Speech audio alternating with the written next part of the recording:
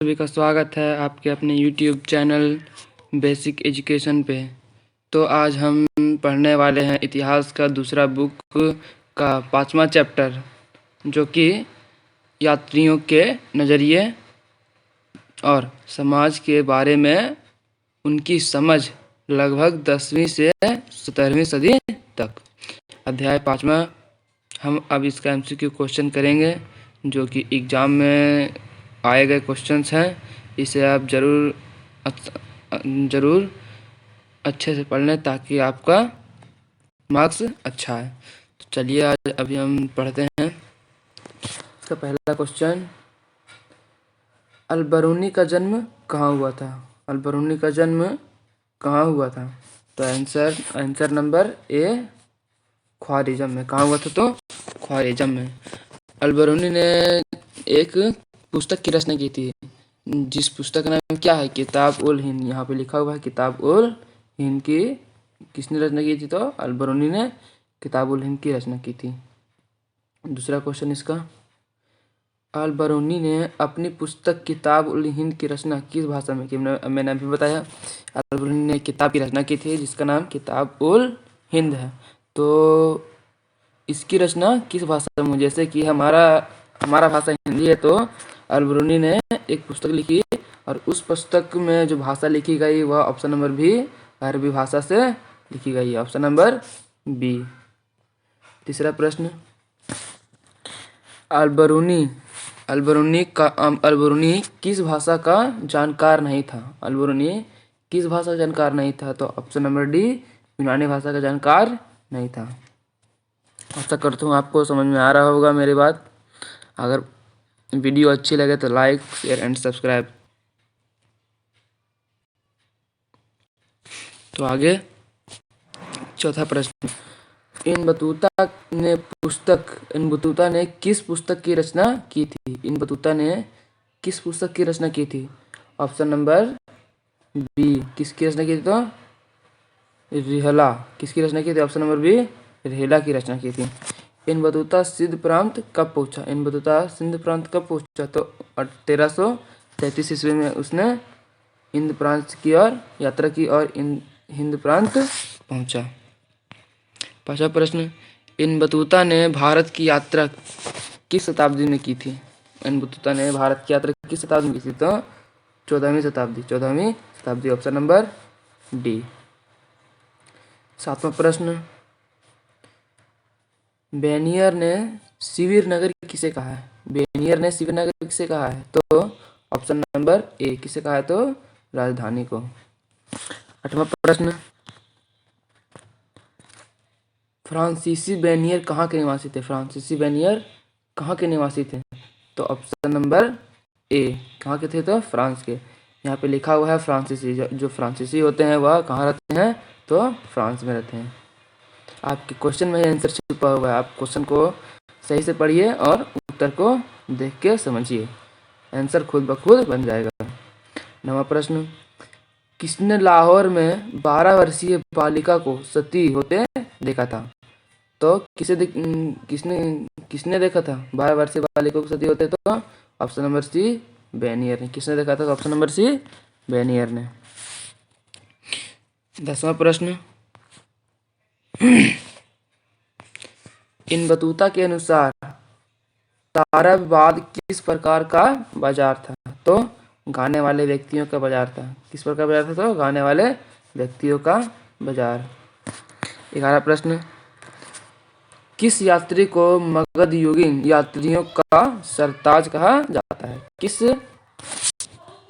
यात्रियों को सरताज कहा जाता है? किस यात्री से कहा जाता है? तो option number C, Marco Polo को। किस यात्री को? मध्य। क्वेश्चन नंबर 12, किस विदेशी यात्री ने भारतीय अध्ययन संबंधी बाधाओं का वर्णन किया था? तो किसने किया था बाधाओं का वर्णन किसने किया था? ऑप्शन नंबर ए, अल-बरूनी ने। किसने किया था? ऑप्शन नंबर ए, अल-बरूनी ने। 13वां प्रश्न, किस विदेशी यात्री ने भारत के डाक प्रणाली और संचार व्यवस्था का वर्णन किया है? तो किस विदेशी यात्री ने किया था? तो इन बतूता ने। किसने किया था? तो इन बतूता ने। 14 प्रश्न, इन बतूता ने राजदूत के रूप में किस देश की यात्रा की? राजदूत के रूप में किस देश की यात्रा की थी? तो ऑप्शन नंबर बी, चीन की यात्रा की थी। किसकी की थी? तो ऑप्शन नंबर बी, चीन की। 15वां प्रश्न, उलुक डाक व्यवस्था किसका प्रयोग किया गया था? उलुक डाक व्यवस्था में किसका प्रयोग किया गया था? किसका प्रयोग किया गया था? तो ऑप्शन नंबर डी, किसका प्रयोग किया गया था? तो ऑप्शन नंबर डी, घोड़ा का। किसका प्रयोग किया गया था? ऑप्शन नंबर डी, घोड़ा का। आज हम चैप्टर 5-6 का क्वेश्चन MCQ को कवर करेंगे। अब हम 6ठा अध्याय पढ़ने के लिए जा रहे हैं। कृपया इसे ध्यान से देखें। इस चैप्टर का नाम भक्ति, सूफी एवं परंपराएं है। नीचे लिखा हुआ है धार्मिक विश्वासों में बदलाव और श्रद्धा ग्रंथ। तो चलिए हम पढ़ते हैं इसे। इसके साथ इसका पहला क्वेश्चन,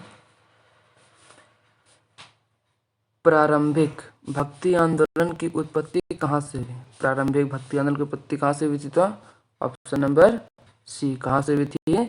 दक्षिण भारत से। कहाँ से हुई थी? तो दक्षिण भारत से। दूसरा प्रश्न,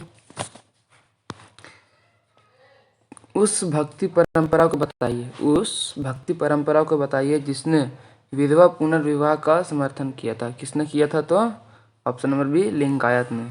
किसने किया था? ऑप्शन नंबर बी, लिंगायत ने।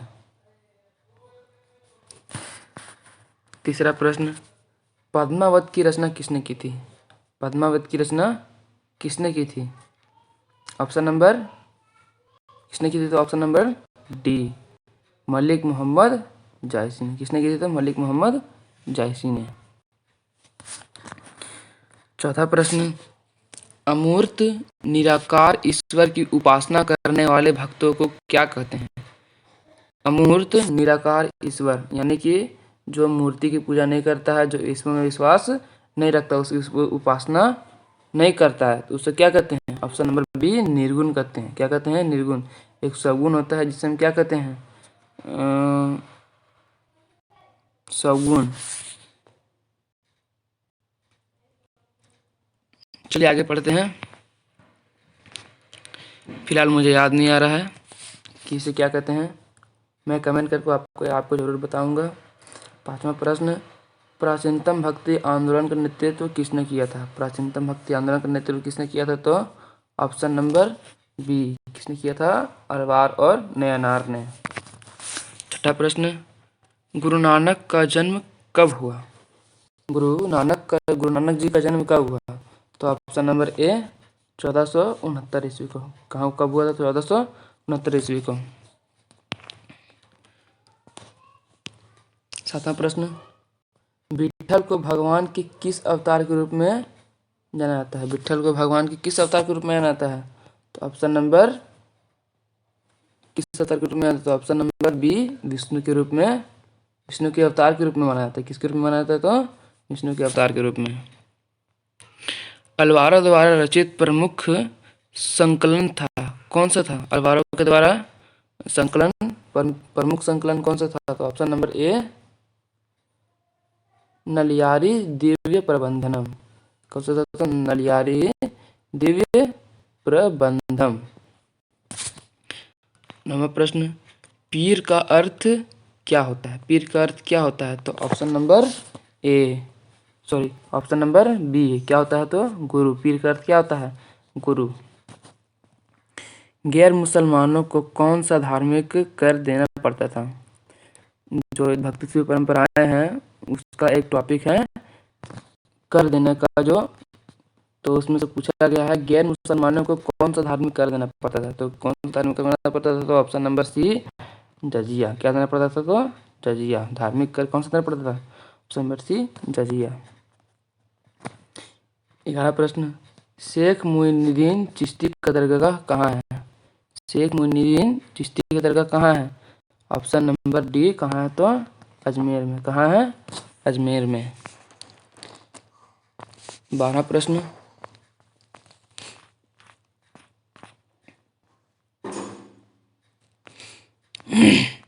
शेख निजामुद्दीन औलियाए का दरगाह कहाँ है? तो कहाँ है? तो ऑप्शन नंबर ए कहाँ है? जो दिल्ली में।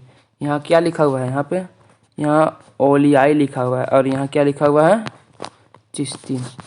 क्या लिखा हुआ है देख लीजिए आप, क्या लिखा है यहाँ पे? चिश्ती। और यहाँ पे क्या लिखा हुआ है? ओलियाई। आप खुद भी देख सकते हैं, ओलियाई। यहाँ पे लिखा है क्या? ओलियाई। और वहाँ पे लिखा है चिश्ती।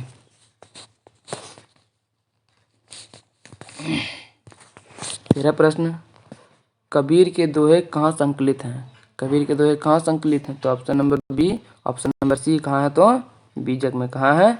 बीजक में। चौथा प्रश्न, असम में भक्ति आंदोलन का प्रचार प्रसार किसने किया? असम में भक्ति आंदोलन का प्रचार प्रसार किसने किया? तो ऑप्शन नंबर डी, किसने किया था? तो शंकर देव ने। किसने किया था असम में भक्ति आंदोलन का प्रचार? तो ऑप्शन नंबर डी, शंकर देव ने। मीराबाई का संबंध किस राज्य से है? तो मीराबाई का संबंध किस राज्य से है? तो ऑप्शन नंबर सी, राजस्थान से। किस राज्य से है? तो राजस्थान से। अब हम पढ़ेंगे अगले चैप्टर, जो कि 7वां और 8वां होगा। हम अगले वीडियो में डालेंगे MCQ क्वेश्चन 7वां और 8वां चैप्टर का। बने रहिए मेरे वीडियो पे, मैं आपको काफ़ी कुछ सिखाऊंगा।